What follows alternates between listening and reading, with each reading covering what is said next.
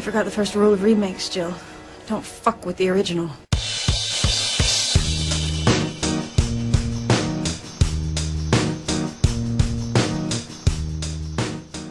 Hey everybody, The Amazing Spider-Man 2 is coming to theaters this Friday, and you know what that means? It means we need to release this podcast really fast before we lose the license. Something like that. It also means another episode of Don't F with the Original. With Nicholas, I'm the vegan correspondent for Idiomatic. And I'm Dimitri, editor-in-chief of Idiomatic.com and movie critic. Whenever there's a new movie coming out that's part of a franchise, we review the movie that started it all, and then use that review to gauge our expectations about the latest entry in the franchise. Yes. In this case, that means reviewing Sam Raimi's Spider-Man. Yeah. So, how'd you feel about the movie? When it came out, I loved it. It was one of the first superhero movies that came out that was really exploring the superhero. But right now, I think it didn't age very well. And I'm feeling so about it right now as we speak. I have always been less of a fan of Spider-Man, the movie, and more of an apologist for it, in the sense that I've always seen the flaws that the people who don't like it see.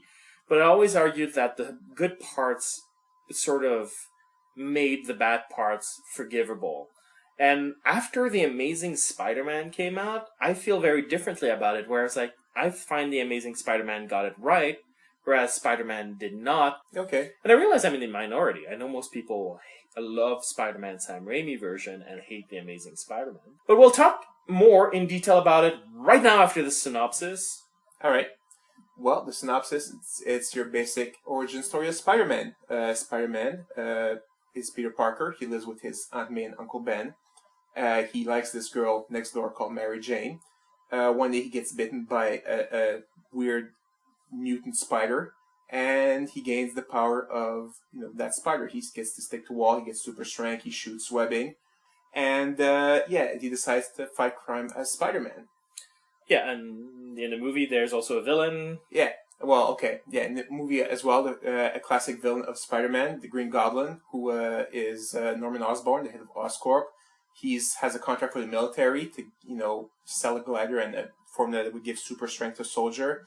He tries it on himself, and he goes crazy, and he starts eliminating all of his, Competitors, enemies, fighters, yeah. Exactly. And Spider-Man's gonna stop him! Exactly. Yeah.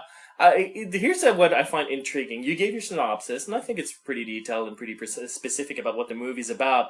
And yet, the narration of the movie itself would strangely disagree.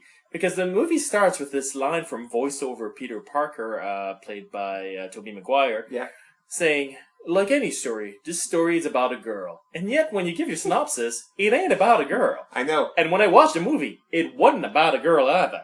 Yeah, that girl was so uninteresting, honestly, and I could feel so little chemistry. It's not about the girl. Really, it's really not.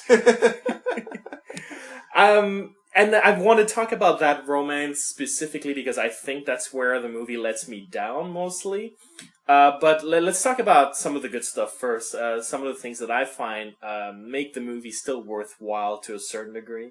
And certainly help pioneer much better movies down the line, including for Spider-Man 2, which was, for a very long time, the best superhero movie out there. Yeah. One of the great things about it is Sam Raimi's energy as a filmmaker. He invented the Spider-Cam, where to allow Spider-Man to swing and let the audience feel what it is to have that freedom to swing in New York in the air. He invented a system of pulleys that allowed the camera to just go up and down the streets of New York, and then they digitized the Spider-Man character over it. And it's there the feeling of elation that comes from these shots, yet you really feel how much freedom Peter Parker must feel from being able to do this finally. Yeah. Those are breathtaking shots, but it puts you in the right frame of mind to just want to celebrate this guy.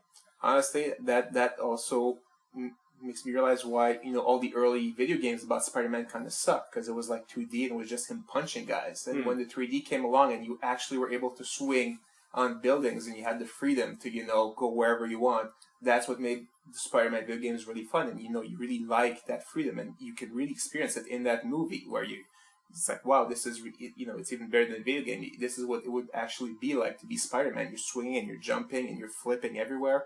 And yeah, that was one part of the movie I really enjoyed as well.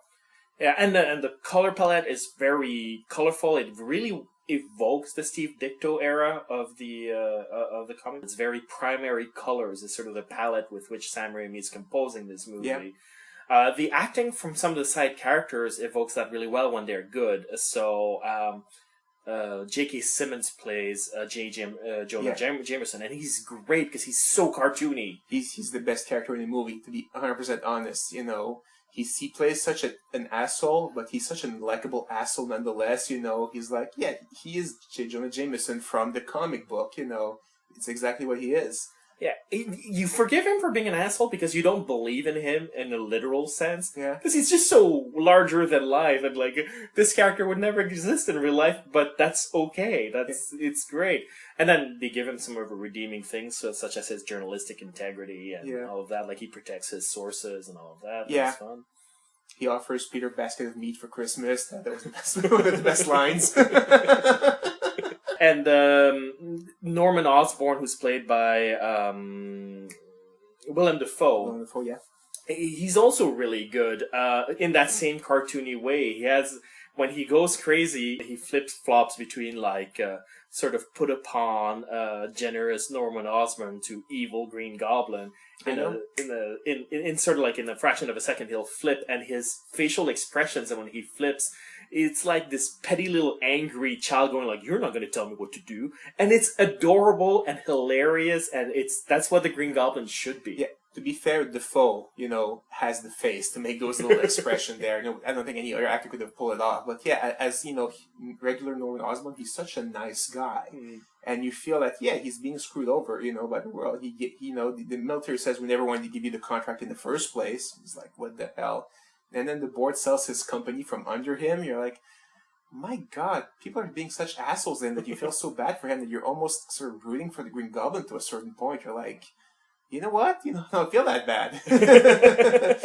But yeah, you could really see, the Goblin is trying to help him to be fair, and you can see like the difference here. That's another good thing I like. Yeah, I mean, there's this scene where they're having Thanksgiving dinner, and he starts wanting to eat before they say grace, and Aunt May just like slaps him on the hand, go over and say grace.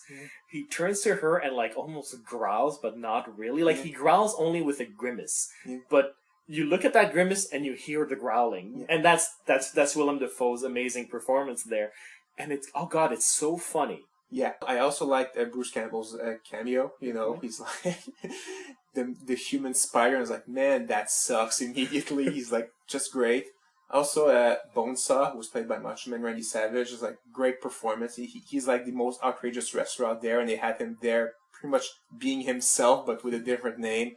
He was really funny, just, passing the chair and some, rebarb piece of metal to beat Spider-Man. That was pretty funny.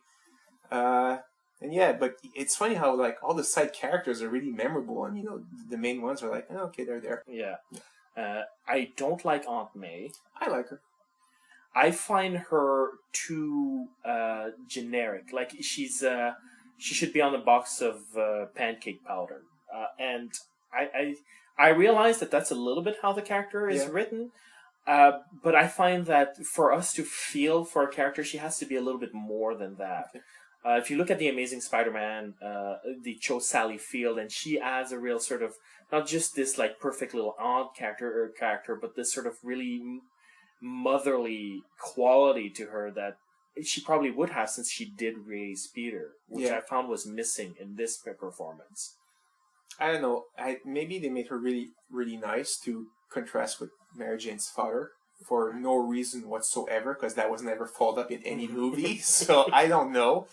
But in the comic book, she's just a really nice, well-intentioned person that just really looks out for Peter, and very disappointed when he doesn't do good. So she's more than that, though. Like especially in the modern issues of Spider-Man, when it's revealed that she kind of knew all along he was Spider-Man, and she just sort of let her nephew have that secret and waited for him to be ready to tell her and things like that.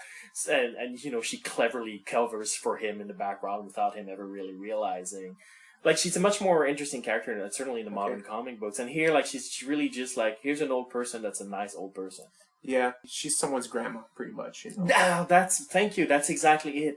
I find that she should be a mother, not a grandmother. Okay. And that's what bugs me about it. And again, it's not the actress. I think she plays the role as written perfectly well. I think they wrote the Aunt May character a little bit bland, a little bit archetypal, where they could have had a real character there. Okay. Yeah, it makes sense. And the problem I have with them, though, that I know you don't agree with, I don't like Tobey Maguire as Spider-Man. Okay. I know you disagree, so let's start with the positive. Yeah. Do you like Tobey Maguire as Yeah, Spider-Man? I think he's fine. I think he can play nerdy and a little bit charismatic as Peter Parker, which is what you expect. And you don't see him that much as Spider-Man, but he can deliver the lines as Spider-Man. He works with the dialogue he's given. So I really like it, but the important part is the Peter Parker part, where he's trying to be charming and, he's still a little nerdy and he has this crush on Mary Jane and he's just... He can really play like... I can really see the nerd that's trying to, talk to a girl that's way out of his league, or as he feels is way out of his league, So I really like his performance there. Yeah, see, I like Tobey Maguire as an actor in general. Like, when they announced him, I was actually excited. I was like, oh, cool, like, I like Tobey Maguire in anything. I'll like him in that. And then when I saw it, he annoyed me, is what it comes down to. Okay. And again, and maybe it's the way it's written, and he's just playing it as it's written on the page. But he's less of a guy who's learned the value of responsibilities as much as a guy who's crippled by guilt, the way he plays it. He is so put upon by the gift of Spider-Man. He is so like, if I don't do this, Uncle Ben's gonna die again. Like, in his performance, he's so like, there's a giant metallic rod like stuck in his ass in the way he plays him. Okay. And I don't like that. And to a degree, maybe that's how he plays a nerd. You know what I mean? Like, because a nerd is supposed to be a little bit socially awkward. Yeah. But he loses my sympathy by doing that, because at one point I begin to think, like, maybe you're being bullied because you don't know how to behave in a social setting. And that doesn't mean that justifies bullying people. Like, like, if you see somebody who's socially awkward, like, lay off him, give him a chance to sort of blossom instead of being a dick to him. Like, that's just, human decency. Yeah. But at the same time, I don't feel like I want to identify with him, because that crippling guilt makes him less of a responsible person. His actions, the way he interprets the world, is like, well, if I don't do this, the universe is gonna punish me, so I have to do this. It's like, that's not something I can celebrate as much as, like, look, I made a mistake in my life, and I want to live my life without these mistakes anymore. He's not authoritarian about responsibility, and that makes him less heroic for me. But let's go back to the one we all agree on. Mary Jane Watson is just, it's an unfortunate casting choice, because I don't find that Kirsten Dunst really brings anything palpable to the role. No. And it's even more unfortunate because the role as is written is outright detestable. And this is where I want to compare it to Amazing Spider-Man a little bit. Okay. Because this is where the movie lets me down. The love story between Mary Jane and Peter Parker, which is advertised in the first line of the voiceover as being what the story is about, Yeah. is the one thing that really, really doesn't work about this movie. Yeah. Why does he like her, really? Because she's good looking, I guess, and then that's it. Yeah, that's part of the problem. We're never given a reason why why he likes her. Yeah. And it's very irritating, because it starts with him running after the bus, and then she gets up and tells the bus driver, well, look, you've been making him run for like 5 blocks. Can you stop that? And you're like, okay, I might like Mary Jane. She stands up for him. Good for her. Okay, I might get behind her. I think somebody should report this bus driver, because he's clearly abusive. Yeah. But Pretty much. then he gets in, and then she sits down and refuses to give him eye contact, because she doesn't want to be associated with the big ball of scum that he apparently is. Yeah. And then you're like, why do you like this girl, Peter? Like, she won't even stand up for you as far as you can see. You don't know what she did in the background. And why do you value this girl who lives next to you? You've seen all her plays. You used to be friends in kindergarten, and then won't even fucking look at you now because she wants to perpetuate the image of you as garbage. Yeah. And it makes me angry at her, and it makes me angry at Peter for liking her. And they never change her. She never matures. The only reason she gives Peter Parker any attention is because he keeps saying these sweet things about her, and she was like, "Oh, I like that validation." Yeah. And it's like, that's not a likable character. You know what I mean? Like, if you compare it to Gwen Stacy in Amazing Spider-Man, I'm going to do that a couple of times, is Gwen Stacy in Amazing Spider-Man is like this girl who's like, who stands up for the weak. Like, when, like, there's this great scene in Amazing Spider-Man, and a lot of people criticize it because they go like, oh, well, if he already knew to stand up for the weak people before he got his powers, what's the point of the story? And it's like, I think the story becomes more complicated. We'll talk about that a little bit later. But he stands up for a nerd who's getting beat up by Flash Thompson. Yeah. So Flash Thompson turns his attention to Peter and beats the shit out of Peter. Yeah. And then Gwen Stacy comes like, you're not going to beat up a girl, so I'm telling you, stop now. And you're like, okay, now I like all of them. Yeah. You know, all of them have a moral code. I go, well, of course Peter likes Gwen, because Gwen and Peter share this idea that you can't beat up on the weak like that. That's not cool. Okay. You know, okay, I can get behind this couple. And she's witty, she's funny. When he becomes Spider-Man and she talks to him, and he calls her, goes like, you're in danger, you gotta get out of the lab. It's like, yeah, but I'm creating the formula that's gonna save the city. It's like, no, get out, the bad guy's coming. And she's like, oh, I'll help people evacuate. And he hangs up. He's like, God damn it, are you kidding me? Yeah. But again, I can root for these people because they're courageous, they're brave, they're thoughtful. Mary Jane is none of those things. She's awful. I don't know why exactly she's in the origin story nonetheless, because she only came in like way later. Yeah. You really don't need her in the origin story. I think this movie had so many like wink winks of, you know, hey, this character is in the comic book, you know, when he gets the check and you meet Betty that works at the, you know, the newspaper. What is her role afterwards? She just completely disappears, you know, she's just, hey, I'm there. In defense of that thing, though, yeah. If you don't know who Betty is, yeah. she's a girl who gives him a check. So it's not like she detracts from the story. Yeah, I guess, but if we didn't have that scene, I wouldn't know that Peter got a check for his pictures. No, because he discusses how he feels about his new job, how he feels about Jay Jonah. Okay. It's an exposition. I guess. But, you know, I think it was too early for Mary Jane in this movie. There was too much stuff going on. And they just threw her in because, you know, well, it's Spider-Man. You need Mary Jane immediately, you know. Yeah, I think that's the spirit behind it. Which I think was a mistake. In the comic books, Gwen Stacy and Mary Jane both coexisted. Yeah. And one was Betty, one was Veronica. Indeed. Gwen was Betty. Mary Jane was Veronica. She was self-assured. She didn't need Peter. She didn't need Spider-Man. She was this woman that was very appealing because she didn't give a shit. Like, yeah. she thought she was hot stuff, and she was, and she kept flaunting it, and she doesn't give a damn. So, at the same time that she's sort of obnoxious, she's also strangely appealing because of that confidence. Okay. And Gwen Stacy was that a little bit more girl next door girl. She was really nice, she was really giving, but she was a little bit more damselly in distress. Yeah. Comic book spoiler warning for people, you know, who haven't read the comic books, but it's his first girlfriend, and she basically dies. But when they did that, which was an iconic scene, but also possibly the worst mistake in Spider-Man writing history, they eliminated the balance.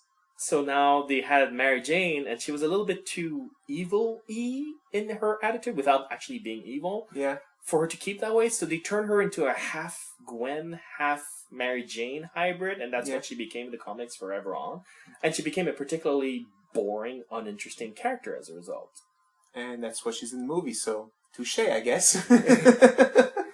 Yeah, and that's the version of the character we have in the movie. That's actually her. She has all of the I'm starved for attention aspects of Mary Jane in the comics, but she has none of the self-reliance. She is always looking for other people for validation. She has none of that aggressivity that sort of balances out her more selfish attitudes. She's just this amalgam of like, I'm a woman, therefore I need. And it's very off-putting to watch this in 2014. Yeah. She looks like, you know, I'm going to go date the flavor of the month at this point, you know. Yeah, well, she dates Norman Osborn. No. No, not Norman. Sorry, Harry Osborn. Yeah. So that's Norman's son, who's played by James Franco, who's also one of the good actors in the movie. I think he's absolutely delightful, a great presence in the movie. And I almost wish that he had landed the role of Spider-Man instead of Tobey Maguire. Not nerdy enough. I think you add a pair of glasses to him, he would have made it work. So she's dating him. Then she sees Peter, and she knows that they're roommates and best friends. And she starts flirting with Peter and trying to get Peter to ask her out. Presumably she'll go out with him if he does, or not. Maybe she's just a cock tease. I have no idea. Who knows? Yeah. But like in the best case scenario, she'll want to go out with him if he does ask her, and then he never has the courage for it. Again, not making Peter particularly sympathetic, because it was like, get a pair of balls, just ask the girl out. Yeah. But they're roommates, they're best friends. You know you're gonna tear that friendship apart if you do that, and then she's just doing it anyway. And again, I hate her. Yeah. And then there's later in the movie, Harry's getting cussed out by his father, who's of course crazy at this point because he's Green Goblin-y. Yeah. And he says like really awful things about Mary Jane, going like, oh, she's just a whore and she wants your money. Yeah. Which is terrible. And Harry's going like, no, this girl really matters to me. And then he was like, Harry, I don't give a shit what you think. Like, and he's being super verbally abusive towards his son. And you know that Harry has lived with that for a very long time in his life. He's very, like, not necessarily that Green Goblin level of abuse, but he clearly has daddy issues from when he was even a teenager. Well, his father, he cared for him, but he was stern, It seems from, Yeah, exactly. From what the scenes you have with them. So Mary Jane overhears that and he comes back, and like, here's what a normal, empathetic person would do is like, oh my god, I didn't realize that's why you had daddy issues, that your father talks to you that way. Yeah. And do you want to sit down? You want to talk? Like, that was awful. Fuck that guy. No, she goes like, well, thanks for standing up for me, which he did. Yes. And then storms out and goes like, well, your father, like, she doesn't say it, but she communicates by storming out that, like, your father's right, you're a piece of shit. Like, that's what she's doing. She's horrible. But that also goes for a bunch of scenes like that seems like, well, that's not what happened. What are you talking about? Like, for example, when the fight between Peter and Flash Thompson, Peter was, pretty much, not fighting him at all and just defending himself. And he basically just pushed him off with one hand. And he didn't know how strong he was, but he just with one hand. And all of a sudden it turns out he beat the crap out of Flash Thompson. No, he was defending himself. And like the later scenes, like, why did you beat that guy up? You shouldn't. Like, he didn't beat him up. He just pushed him away. It's like the movie doesn't know from scene to scene what happened next sometimes. It's just weird. It is ropey writing, isn't it? Well, actually, let's get to the structure of the story since you bring it up. Yeah. The structure of the story is really weird because I find that Spider-Man has one of the single best origin stories in all of comicdom. Yeah. I think that story alone could make a great movie if you sort of flourish it a little bit. Yeah, stretch it out. Yeah, stretch it out. Make it a drama about the characters. You could have an amazing movie. The problem with that is anybody who goes to see a superhero movie will be like, don't give me that mundane drama, give me a supervillain. Yeah. Which is what they end up doing. So what they end up doing is the first third of the movie is Amazing Fantasy 15. Yeah, pretty much. And a fairly good recreation of that. I think I like overall how it's done. Yeah. And then, meanwhile, the Green Goblin, and then he fights the Green Goblin. And it's like, there's no connective tissue there. It's just like... The Green Goblin just decides, maybe we should work with Spider-Man. He'd be awesome on our side. And then that's it. Yeah. And then that's the link. Yeah, exactly. It's just so random and sort of unappealing to watch, where you're like, what the hell's going on with this movie? But I think you're right that people would not have wanted just to be the final bad guy, to be the guy that shot Uncle Ben. That would have been, I don't know, he fights the guy in the warehouse, he has a gun. That would have been a little anticlimactic, I think. So I think it's not summer blockbuster. Yeah, exactly. Yeah. I don't think people have gone for, we'll give you a cool villain next time, just watch this origin story now. Which is, especially in 2002, like, I think maybe you could get away with it now. Yeah. Because we're used to multi-movie franchises and, movies being to be continued now. It's sort of a thing, I'm thinking of the Hunger Games, most of the Avengers, Marvel movies. Yeah. Twilight, what is it, like 6th movie at this point? Yeah. Yeah, and the fucking thing never ends, Watch the second to last Twilight movie. Yeah. Breaking Dawn Part 1. It's like, it's a wedding and a honeymoon, and then she gets pregnant and she has a baby, and then the bad guy will show up next episode. Like, it's really like, what the hell? But the truth is, we're at a stage now where we accept that sort of thing. Yeah. I know most people are not fans of Twilight that are listening to this podcast, but you can do the same thing with a superhero movie now. Yeah, no, the fans of Twilight totally accepted that. It's Yeah. like, if you like Twilight and you went to see that movie, you were perfectly fine with it. Mm.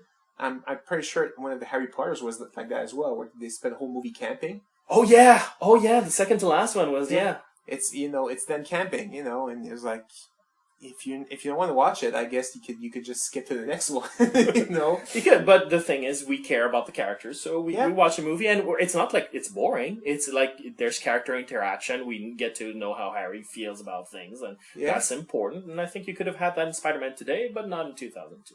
Yeah, all right. Other stuff I didn't quite like about that movie. The Green Goblin is one of my favorite villains in the comic books and even in the cartoon. The way they made him look here was just pathetic. The mask was just, I don't understand why they didn't do the mask like the proper mask with the lips that move and not just this open mouth, terrible looking flat mask. It was just so stupid. Yeah, well, the conceit in the movie is that it's military armor and they gave it a military helmet sort of feel to it.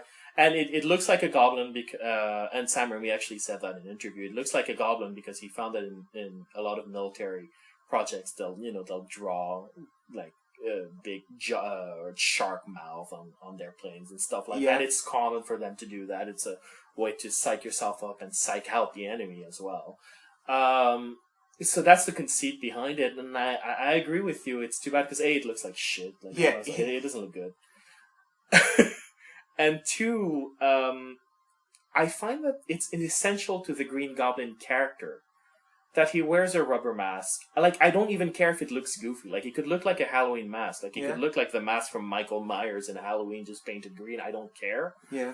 Because it goes with the goofiness of the Goblin. That dude is insane. That's the idea behind it. And and they had drawings and sketches, and even for an actual Goblin mask that looked great. He looked actually like the one in the comic books, but I think they scrapped it and made it more practical, I guess, which is. It's a comic book movie. There's a guy that throws web from his wrist. It doesn't have to be practical. I mean, I guess nowadays you would totally buy that, but I guess early on, those really early comic book movies, people needed more logic, which is weird. I think you're right, though. I think I don't know if people would have taken it or not taken it. It's, in retrospect, it's hard to say what the audience would have been capable of taking or not taking, but I think the studios were afraid that the audience wouldn't be able to take it. There was a very awkward phase in the beginning of the aughts in superhero movies where superhero movies were starting to pop out one after the other, but all of them apologized for being superhero movies. Yeah. And all of them claimed to transcend the genre because they didn't want to stay in the genre, you know what I mean? Another scene I didn't like was the end piece, where he's on the bridge, and I don't know what the project on the next movie is, so maybe it's spoilers for the next Amazing Spider-Man movies, but that bridge and that scene is where Gwen Stacy dies. Basically, Goblin knows who Spider-Man is. He guesses Peter Parker, and he brings Gwen Stacy there, and she falls off the bridge, and Spider-Man tries to catch her, and in that process, he snaps her neck. And that's one of the iconic scenes in the comic book, so I'm guessing that's why they wanted to put that bridge in the movie, but to have Mary Jane there and have Peter save her, it's completely out of whack. Yeah, what makes the scene iconic is the cruel irony that happens. Because he's doing the right thing. He's saving his girlfriend from the Green Goblin, and then ends up killing her in the process. And that's devastating. And that's why we all remember it at that scene where the hero didn't save the day, and not only that, he didn't save the day not because he was too late, not because he was not strong enough, not because he was too lazy. No, he did everything right. He died because the universe is a cruel, cruel place for Spider-Man. Yeah. And it's heartbreaking. It's a powerful, powerful, powerful moment. And in this one, they're like, yeah, we're going to evoke that, but not evoke any of the actual emotional ramifications and the power of the actual scene. We're just going to say, oh, yeah, we've seen that scene too. We didn't understand it, but we've seen it. Yeah, we've seen it. We perused through the comic books and, oh, look, that looks cool, and it's no, you just didn't get it. Even the dilemma, Green Goblin has, well, you're going to save your girlfriend or all these people? And it's yeah, he saves them in 5 seconds. I know. The scene is over. You're well, gee, thank you. That was very heart-wrenching here. It's weird. I don't know. I want to stress how much I love the energy that Sam Raimi brings to the story. Just, at a time when the idea of a Spider-Man movie wasn't really possible, let alone one that allows you to feel what it would be like to be Spider-Man. Yeah. That's an achievement no one can ever take away from the 2002 Spider-Man film. It's pioneering in that sense, but God, that story doesn't make a fucking ounce of sense, and I can't bring myself to care. Yeah. Yeah, the more that you mentioned the separation of the Green Goblin story versus, the Spider-Man story, it's like, yeah, especially when they meet, at that celebration where the Green Goblin kills, like, his board members who were actually being terrible assholes. You're like... Yeah, that doesn't justify murder, though, in fairness. Still, you can't feel bad for him at that point. You're like, yeah, okay, well, yeah, for these guys, I don't feel as bad as the other 2 times he killed where, they're a bunch of innocent people. Yeah. These guys were, pretty much made to be assholes in the movie, being smug with the tea there and everything. You're like, okay, we're supposed to hate them, and now, he kills them. You're like, okay, I guess. Yeah, no, but I mean, like, it's a representation of the challenge he faced in his origin story, in fairness. Yeah. Because he could have stopped the guy that robbed the wrestler organization owner thing, Yeah. the guy. And the wrestler owner guy is a dick.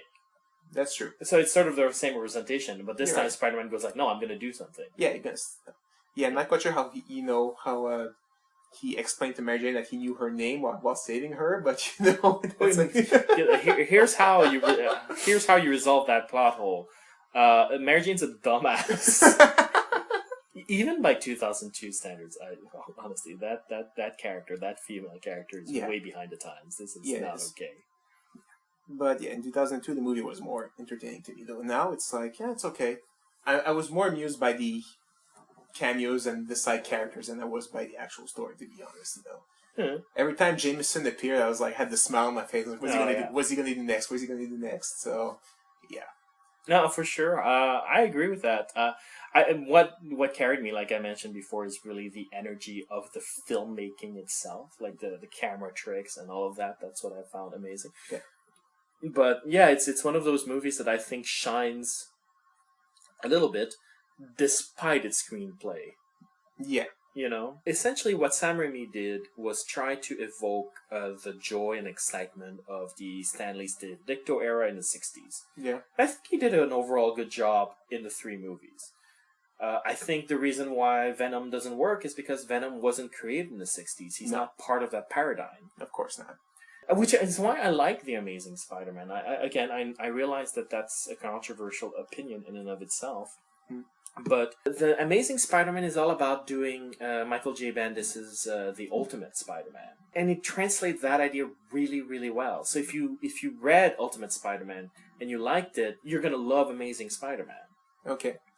But if you're one of those readers who go like, I don't like Ultimate Spider-Man, I like my old Stan Lee Spider-Man, then yeah, you're not going to like Amazing Spider-Man as much, and you have every right to. That's not the movie you wanted to see.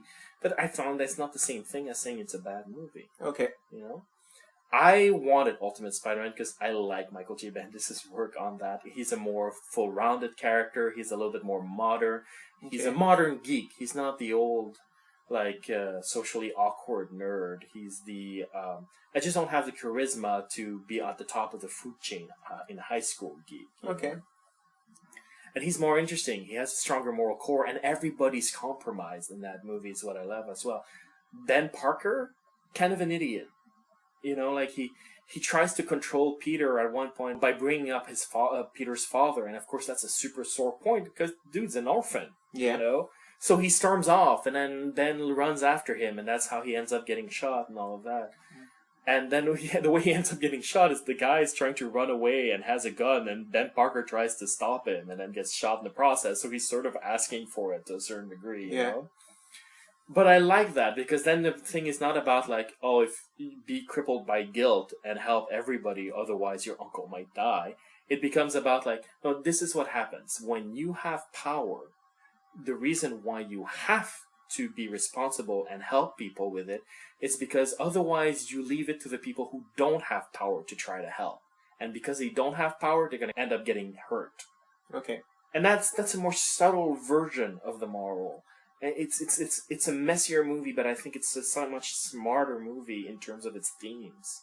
All right. Which is why I'm looking forward to The Amazing Spider-Man 2. I'm very, very looking forward. It's the same creative team, the same director, it's the same cast. I think Andrew Garfield, I love him as Spider-Man compared to Tobey Maguire. Yeah. Emma Stone can do no wrong in my mind, so as Gwen Stacy, she's fantastic. All right. Are you worried though about the main failing of the third movie was like too many villains, so then you didn't care about any of them? You think I think I've heard 3 villains in this one as well. Yeah, let's name them actually. I think Rhino, Electro, and Green Goblin. Yeah. So are you worried that now you have 3 villains again? So you have like what, half an hour for each villain or something like that? It's like not enough time for nothing. Well, Webb said in interviews, first of all, that the Rhino is on the posters and everything, but he's not a main villain. It's just that every superhero movie has that scene where you kind of sort of catch up with our hero by seeing him beat up some bank robbers. Okay. And you went like, well, why make bank robbers when I can just do the Rhino? It'll be more fun. Yeah. So he's not really a character, if you know what I mean. Yeah. So, alright, that's fine. Okay, one down. Yeah, one down. So then you only have 2 villains. It can be hard to juggle, but one thing we have to remember, this is the era of fucking to be continued movies. Yeah. So it's not going to be like what we had in early superhero movies, like Spider-Man 3, where they try to cram all this stuff and try to conclude it. If they don't have space to conclude it, they'll just be like, we'll conclude it in the next movie. Yeah. So, on the one hand, that's good because it means the characters won't get shortchanged. On the other hand, I don't like to be continued movies, and I'm generally annoyed by that. So, it's a give and take. Okay. Well, how do you feel about the Amazing Spider-Man 2 coming? Like, do you have any trepidations? Or? Not really. Since like you explained, I know the origin, of the Stan Lee Spider-Man. I didn't read Ultimate because I had very bad experience with Bendis. Yeah, he wrote the Avengers. His worst run of all his career is Avengers, which I think is what you read. Which is where I read. So I saw I'm not reading any more Bendis. So never. But I might have to catch up and watch the first one. If I like the characters, I might go out and see the second one. But I'm probably going to wait until I can see it at home. It's not something the superhero that I'm going to go out and be super excited and see it in the big movie theaters at this point. I'm kind of over the special effect thing, really. Especially I think the first 3 ones had me fill up on Spider-Man swinging around. So I might just wait and watch it at home. Yeah. I'm actually going to be reviewing it, so you can expect a written review of it on Friday at idiomanic.com. Check it out. So, there you go. Cool. Yeah.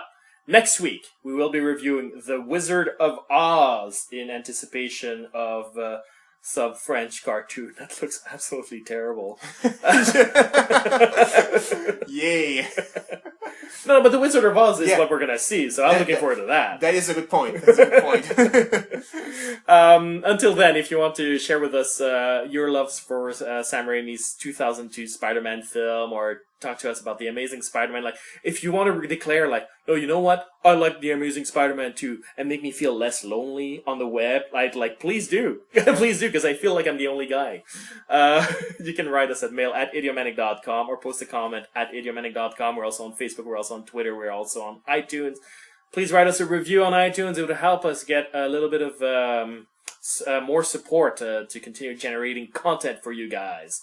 Otherwise, I will have no choice but to force Nick on a blind date with Mary Jane Watson. Which one?